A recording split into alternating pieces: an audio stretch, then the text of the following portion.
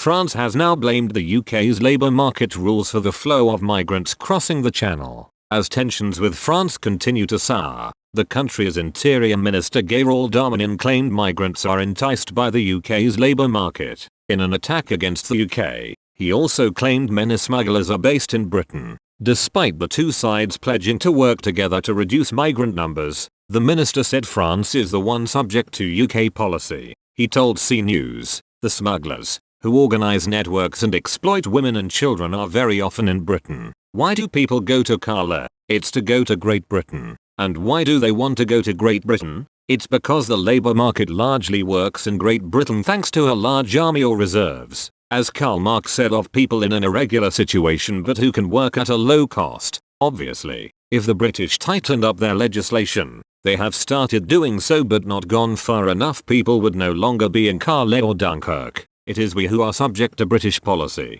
We must not reverse the roles. During the same interview, the minister also claimed France is being used as a punchbag by the UK, with over 23,000 people having made the journey across the channel this year. UK officials have accused France of failing to control the situation. Last Friday, 1,185 people crossed the channel by boat, a record for crossing for a single day. Previously, Home Secretary Priti Patel had threatened to withhold money unless France did more to control the number of crossings. Last month, the UK promised to pledge a further £54 million to help prevent small boat crossings. Ms Patel will meet with her French counterpart on Monday to discuss matters. A UK spokesperson said, "We are providing funding to the French to allow them to increase surveillance, to allow them to increase the police presence that is there to prevent these crossings taking place. Through that investment, we have seen stoppages increase, and that is to be welcomed.